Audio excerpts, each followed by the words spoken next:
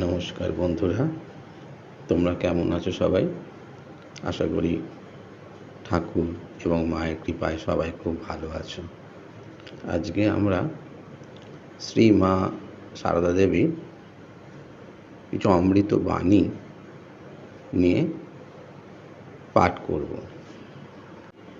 সংসারে কেমন করে চলতে হয় এই কথা প্রসঙ্গে মা আমাদের বলছেন, ভারী সাবধানে চলতে হয়।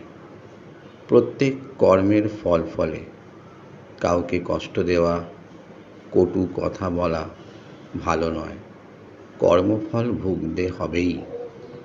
তবে ঈশ্বরের নাম করলে যেখানে ফাল সেঁধুতো সেখানে ছুঁচ ফুটবে।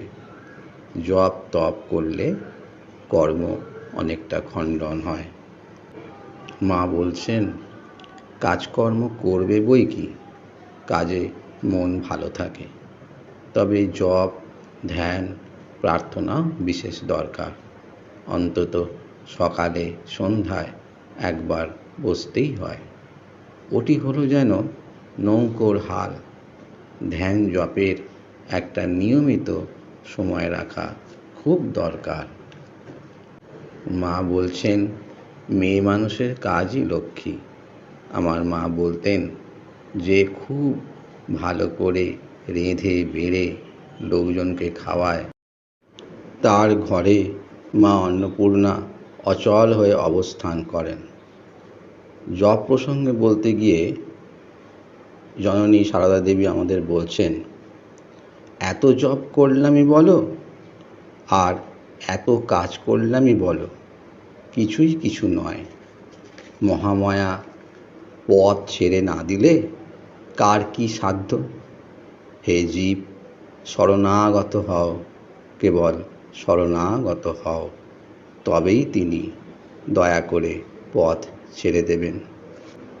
মন স্থির করে একবার ডাকলে লক্ষ জপের কাজ হয়। নতুবা সারাদিন জপ করছো কিন্তু মন নেই, তাতে ফল কি? মন চাই, তবেই তার কৃপা।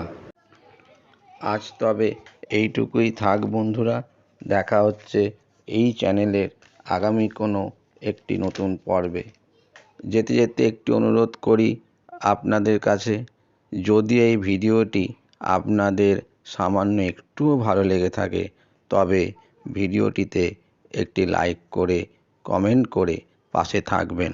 সম্ভব হলে আপনার পরিচিত বন্ধুবান্ধব এবং আত্মীয় স্বজনদের মধ্যে ভিডিওটি শেয়ার করে দেবেন। এই ধরনের আরও নতুন নতুন ভিডিও পেতে চ্যানেলটিকে সাবস্ক্রাইব করে রাখুন।